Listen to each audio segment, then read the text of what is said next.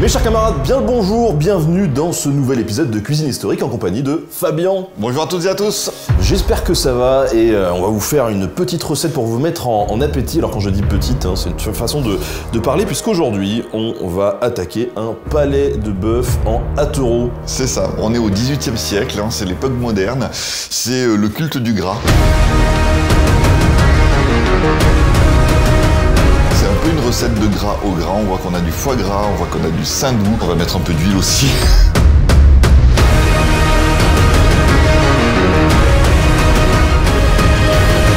On aime aussi cette sensation du gras qui coule. On aime toujours ça, le gras.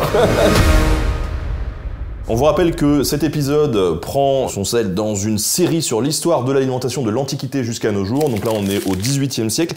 D'où est-ce qu'elle est tirée, cette recette? Alors, l'ouvrage s'appelle Les Dons de Comus. Donc c'est François Marin qui a écrit cet ouvrage, qui est en plusieurs tomes. C'est vraiment très complet sur cette alimentation du XVIIIe siècle. Et le nom de attereau, on le retrouve plusieurs fois. On pourrait appeler ça aujourd'hui un roulé. C'est une pièce de viande qui est farcie, qui est roulée, souvent dans de la pâte ou en beignet qui est frite derrière. Donc c'est quelque chose d'assez goûtu, d'assez gras, on l'a dit, et d'assez consistant également. C'est vrai qu'on est dans une époque où on aime le gras, il suffit de voir aussi les hommes et les femmes qui sont bien en chair.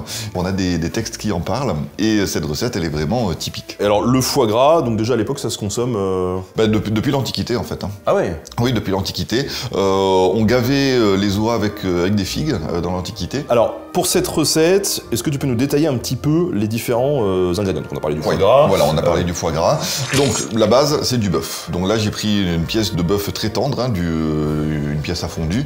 On va tailler des tranches fines, qu'on va farcir à l'intérieur avec le foie gras, du persil et de l'ail. Donc on va faire une sorte de pâte qu'on va mettre à l'intérieur. On va rouler. On va laisser mariner quelques secondes dans du citron pour que ça s'imprègne un peu des sucs du citron avec du persil. Et ensuite, on va faire une pâte avec du saindoux, de la farine, de l'œuf, un petit peu de vin blanc.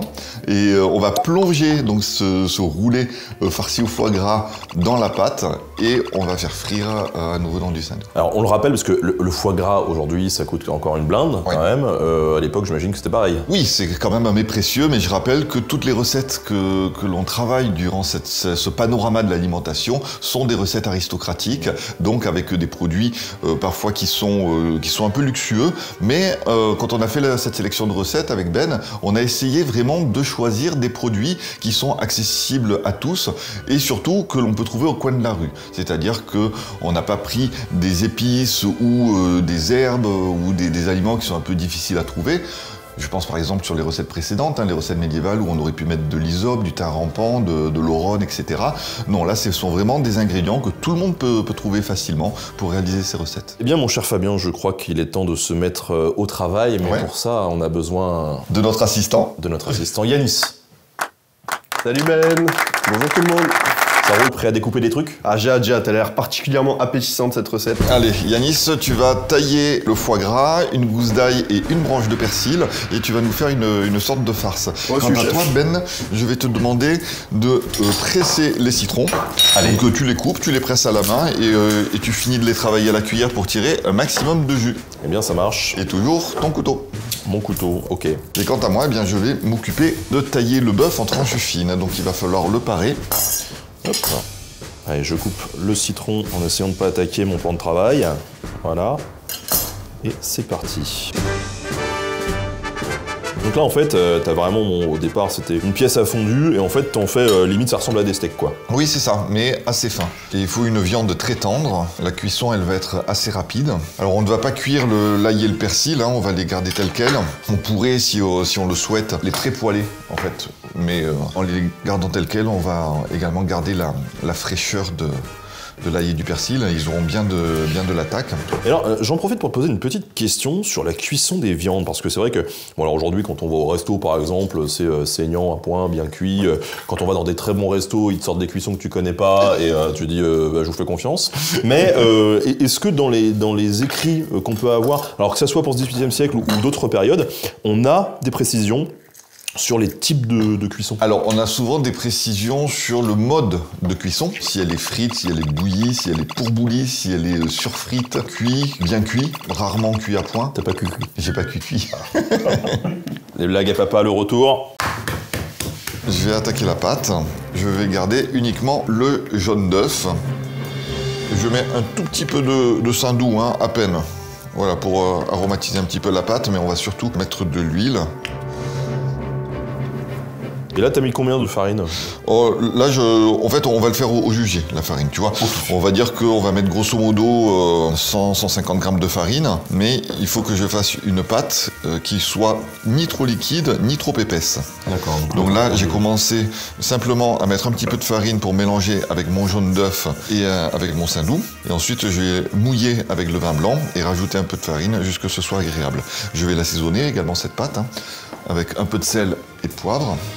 Alors, dans la recette, cette farce-là, elle n'est pas indiquée. On nous dit juste de farcir les hâtereaux. Donc il a fallu que je regarde un petit peu les autres recettes de hâtereaux et je me suis inspiré des hâtereaux fenouil qui, eux, sont faits avec du veau et la farce est faite avec du fenouil et du foie gras. Donc là, je n'ai pas mis le fenouil, parce que sinon, je pense qu'on aurait eu spécifiquement la mention du fenouil. Mais j'ai quand même gardé le foie gras et je l'ai aromatisé avec du persil que l'on trouve dans la recette. Là, je l'ai mis dans la marinade du citron. Ouais. Donc comme ça, à la fois, il parfume le jus de citron, mais également on en aura dans la farce. Et puis un peu d'ail, parce que ça se marie très bien avec le persil. Est-ce que le fenouil, ça se sent très vite? Oui. Voilà, donc là, je vais encore un petit peu mouiller pour avoir une pâte légèrement plus liquide. Avec du vin blanc. Voilà. Parce que cette pâte, en fait, il va falloir que j'enveloppe mes hâtereaux avec. Donc, il faut qu'elle soit suffisamment épaisse pour pouvoir la travailler, mais pas trop non plus. Ouais, sinon, parce qu'il faut que tu puisses l'étaler autour, quoi. Voilà. Donc, notre hâtereau, tu vois, on prendra de la pâte qu'on va venir. Donc, c'est l'opération la plus délicate de la recette. Hein. Donc, s'il faut en faire 4, je vais rajouter encore un peu de farine et de vin blanc, histoire d'en avoir suffisamment. Au final, on aura peut-être 200 grammes de farine et peut-être, vu le nez, 8 centilitres de vin blanc. Et alors par rapport à d'autres recettes qu'on a pu déjà faire dans cette série, elle est plus compliquée? Alors, c'est pas plus compliqué, il y a cette opération de placer cette pâte autour du bœuf qui sera peut-être un peu délicate, mais voilà, c'est pas une recette non plus extrêmement compliquée. Dans la recette des hâtereaux au fenouil, en fait, on n'a pas une pâte comme ça. C'est vraiment, on chemise avec de la farine, de la chapelure et bien sûr de la graisse. Donc c'est différent. Là, l'originalité de cette recette, c'est cette espèce de pâte que l'on va mettre autour de notre morceau de bœuf. La farine, je rajoute vraiment avec parcimonie. Hein. Il ne faut pas que ça me fasse un bloc, mais il faut que ça soit une pâte qui reste légère, agréable. Je peux commencer à rouler les hâtereaux? Allez, donc on a Yanis là qui commence à attaquer, qui nous prend un morceau de beefsteak et qui vient garnir du foie gras dessus, d'un geste précis. Et alors là, du coup, tu roules la viande autour du foie gras. En fait, tu fais un tacos de foie gras, sauf qu'à la place du tacos, c'est un steak. C'est un peu ça l'idée. Voilà. Et Ben, tu peux t'en emparer et le mettre à tremper vraiment dans ton jus de citron. Allez, c'est parti. Donc je le mouille bien. Tu le mouilles bien, quelques secondes.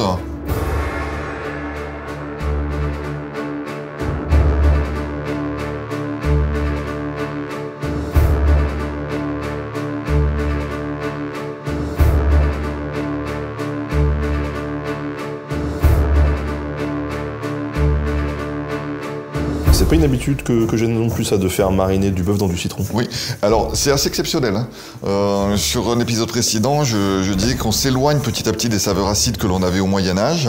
Mais après, il ne faut pas oublier qu'à ce siècle-là, on sait tous que Louis XIV a créé l'orangerie à Paris. Il y a vraiment ces agrumes qui sont prisés, qui sont recherchés, aussi bien les oranges que les citrons qui sont déjà connus depuis le Moyen-Âge. Même si le citron n'avait pas été oublié, la particularité de cette recette, c'est quand même de faire mariner cette viande dans ce jus de citron.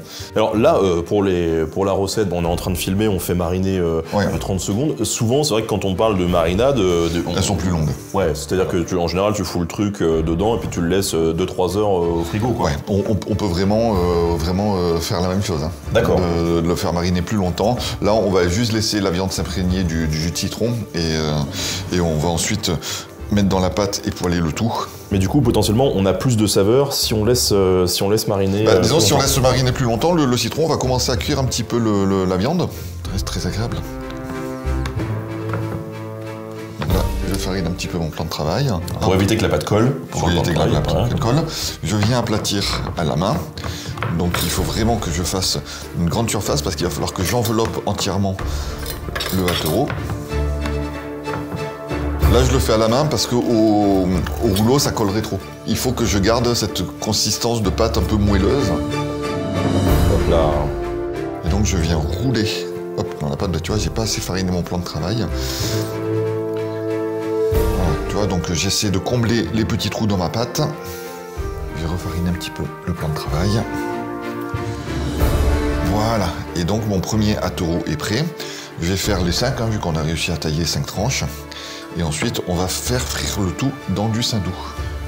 Et puis j'ai envie de te dire que surtout si c'est bon, oui, on a bien fait d'en faire 5. Donc voilà, j'insiste sur cette pâte qui est vraiment plus légère, on va dire, qu'une pâte brisée qu'on pourrait trouver dans le commerce. Ceux qui auraient la flemme de réaliser leur pâte eux-mêmes avec le vin blanc, ils pourraient prendre une simple pâte brisée. Mais là, c'est quand même différent, quoi. La pâte brisée, c'est de la farine et du beurre, alors que là, comme tu as vu, on a mis du saindoux, de l'huile, du vin blanc. Donc on est sur une pâte qui est quand même beaucoup plus légère.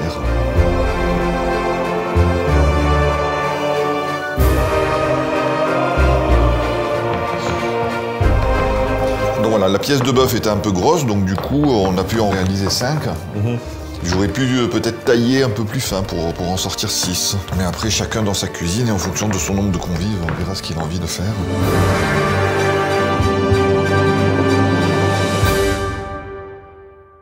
Alors, dans un autre épisode, tu nous confiais qu'il y a vraiment eu un bouquin qui a été l'élément déclencheur chez toi, de cette passion qui t'a plongé vraiment dans cette archéologie de la cuisine, de l'alimentation. Ouais. Mais c'est une passion qui remonte quand même un peu en amont ou... Ah, moi, depuis que je suis gosse, depuis que je suis gamin, quand j'étais tout petit, mes parents, ils me laissaient faire mes expériences culinaires. J'ai commencé à apprendre la cuisine en me faisant le matin pour mon petit déjeuner des omelettes de pommes de terre, parce que j'ai toujours mangé salé le matin. Et c'est là que j'ai compris tout seul les différents temps de cuisson des ingrédients. Quand je me faisais une omelette avec des patates crues, des courgettes cramées... Donc j'ai compris qu'effectivement les patates cuisaient plus longtemps que les courgettes. Et voilà, donc c'est arrivé comme ça. Quand j'étais au collège, j'ai eu un prof d'histoire, Monsieur Martin, qui était juste phénoménal. Pas du tout sur l'histoire du Moyen-Âge, puisque c'était sur la Première Guerre mondiale, je me souviens. Et il m'a vraiment donné la passion et le goût de l'histoire. Et puis après, voilà, j'ai associé mes deux passions, celle de la cuisine, celle de l'histoire, et principalement le Moyen-Âge, parce que quand j'étais gamin, c'était les princesses, les chevaliers. Bien sûr, c'est ça qui fait rêver au départ. Ouais. Voilà. Bon, on passe à la cuisson ? On passe à la cuisson. Allez, c'est parti. Donc on va mettre du saindoux dans la poêle, une bonne dose. Ah oui, alors quand tu dis une bonne dose, on est sur une grosse cuillère à soupe. Ouais, deux grosses cuillères. 2 grosses cuillères à soupe de saindoux. 2 grosses cuillères, histoire de bien créer un fond de 2-3 mm dans la poêle. On va le baigner dedans. Alors, il ne va pas baigner entièrement, il va falloir le tourner plein de fois. Je pense sincèrement qu'à l'époque, ils avaient une casserole qui était remplie de saindoux et qui les plongeait entièrement. Donc là, on va y passer un peu plus de temps. À la cuisson, il va falloir retourner régulièrement pour que ça soit cuit de toutes parts. Mais au moins, on reste fidèle à la recette avec le saindoux. Il y en a donc pour 5 minutes, c'est ça, en gros ? Oui, par hâtereau, oui, 5 minutes. De toute façon, on le voit, dès que la pâte est cuite, le bœuf à l'intérieur va profiter de la chaleur pour cuire à son tour. Le foie gras, lui, il va commencer légèrement à fondre. Et normalement, si tout se passe bien, quand on va découper notre tranche de hâtereau, on aura vraiment la pâte dorée, le bœuf qui devrait être saignant et le foie gras légèrement fondant. Ah bah voilà. Super, j'ai trop hâte. C'est ce que j'espère en tout cas. On va vérifier que l'huile soit bien chaude en mettant un petit morceau de persil dedans, enfin que le saindoux, voilà. Ah, c'est chaud, c'est chaud, c'est chaud. Ça saute un peu là. Ouais. Il faudra qu'on pense à nettoyer un peu la cuisine avant la prochaine recette parce que... Ouais, je viens de voir que je vais gicler du saindoux. Oh non, ma cuisine. Donc pour les retourner, je vais prendre 2 spatules. Alors là, le fait qu'il ne plonge pas entièrement dans l'huile, en fait, je les retourne sur les 4 faces. Donc par rapport à ce que l'on aurait pu avoir en termes de visuel à l'époque, on sera sur quelque chose de plus carré que rond. Voilà, donc je le laisse à chaque fois 1 minute, même pas sur chaque face. Et je vais recommencer l'opération plusieurs fois, de façon à ce que ce soit correctement cuit sans que ça ait brûlé. Allez, moi j'en profite. En ce temps-là, je nettoie mon plan de travail.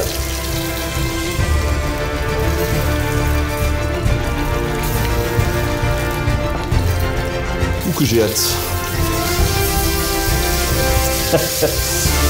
Allez, ça se sert. Allez, rien que l'aspect déjà, la dorée comme ça, croustillant. C'est ce que j'aime bien avec le fait d'enrouler,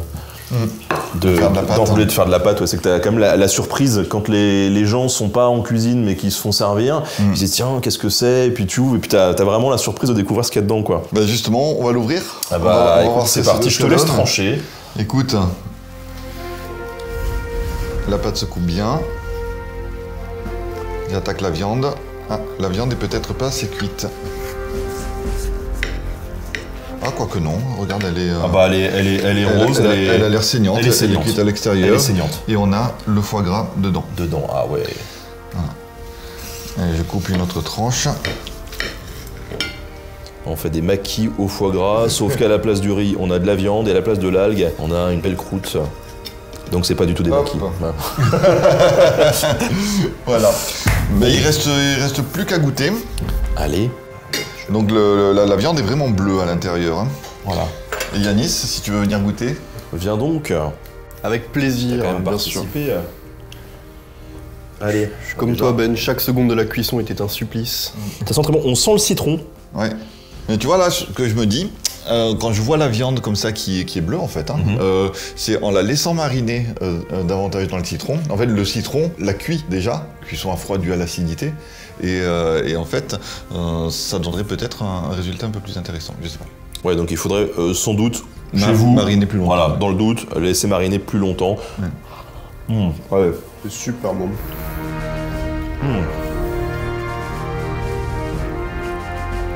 Un autre truc qui vient, tiens, ça vient après coup, mais je pense que c'est à cause du foie gras.